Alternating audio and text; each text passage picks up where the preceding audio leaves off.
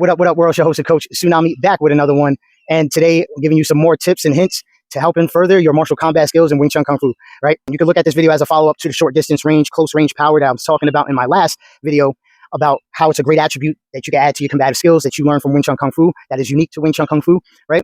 And it's also an easy exercise to practice every single day, but it's also very important to understand that this is a part of the art, and it's highly used throughout the entire exchange in combat, okay? Shifting. Now, when you first learn shifting in Wing Chun Kung Fu, you learn it from your first form stance. So again, we start in the position of attention, right? Boom, I put the weight on my heels and I put the weight on my toes, and now my heel should be at shoulder width apart. Once we are here, all right, we're not going to get into the first form too much right now. We're going to be talking about, once we're here, we are taught to shift our weight on our heels and balls of our feet, not just the heels, and then you rise your toes and shift like this, right? Because you're taken away from your grounding in that manner. So we're taught to keep majority of the foot on the ground, right? But not so much on the front and not so much on the heel. You kind of balance your weight between the ball and the heel of your feet, and you still learn to shift your entire weight from left to right from your first form stance, right? And then we're taught to take a step forward and now, boom, add it to combat, right? Really the next step I was taught, right? But I just wanted to show you what it looks like when we're in a semi-boxer stance, boom, and I take that 45 step back. There's still shifting in my hips and in my shoulders that help project my hand character that I'm using at the time to deflect or derail whatever attack is coming at me, right? So that can be a pak sao, that could be a gung sao, that could be a bang sao, quan, right? So the shifting and the stepping back happen together. You may not see it, but I'm pointing it out to you today, right?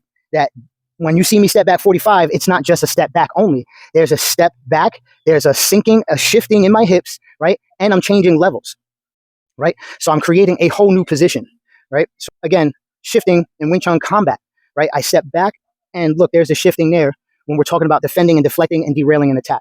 But let's visualize for a quick second that someone is throwing a jab at me, right? And he fully commits with that jab, maybe to throw a body jab, boom, and I pak sao. If he doesn't regain his balance, he's going to stumble forward. In that moment that he missed and he's stumbling or almost stumbling, I have an opportunity now to shift in that stationary position without taking any steps, just like you do from the first form shifting, and hit him A to B as quick as possible before he has an opportunity to reset himself.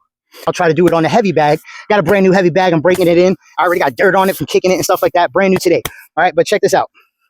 All right, I step back, I pak, and as he's exhausted that jab, right, and he's trying to pull his arm back, boom, I have that opportunity right there to go A to B by shifting right where I'm at.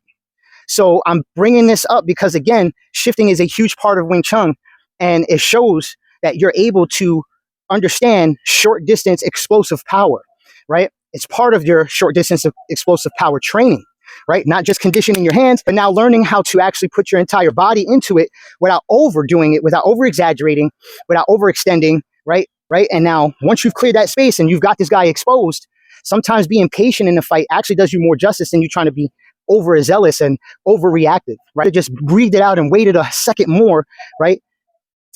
But it takes time. That takes confidence. It's about how you train up here, right? So when the punch is coming, I pak, and then I have an opportunity to shift right where I'm at. Boom, right? So we have different ranges of shifting. It's kind of like close range or stationary, right? To mid range to long range, right? Shifting ability within Wing Chun, and you have to practice all of that, right? So I'm hoping that these hints and tips further help you understand Wing Chun, like I said, on a deeper level. That is my goal when I'm giving out these tips and hints to help you get better at it, right? And one lesson at a time, right? Here's a good exercise to practice solo by yourself. You can start in the position of attention if you like, put the weight on your heels, then flare them out a little bit, then put the weight on your toes, flare that out, and your heels should be shoulder width apart for your God-given body. Once you're there, you want to squeeze your buttocks, drop the weight into your legs a little bit. You don't have to get this low, right? Just bend your knees, drop the weight in, sit like you're sitting in a stool at a bar. Keep your buttocks tight the entire time as you're shifting your hips, right? So I guess this is a good segue to talk about correct Wing Chun punching, right? Correct Wing Chun punching is like pistons, not circular. Right? This is not it. It is done with shifting one hand over the other, straight in and out. Every hand starts at the elbow pocket of the other arm, going over and replacing the last hand, okay? You don't have to be over-exaggerated like I am.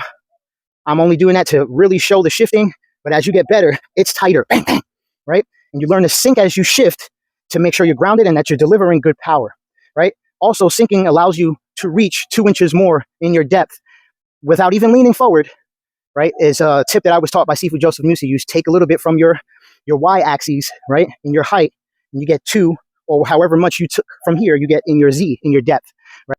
If this is my limit, because I understand sinking and shifting, I get out of that. I steal from one dimension and put it into another, right? So I'm hoping that these tips help you, right?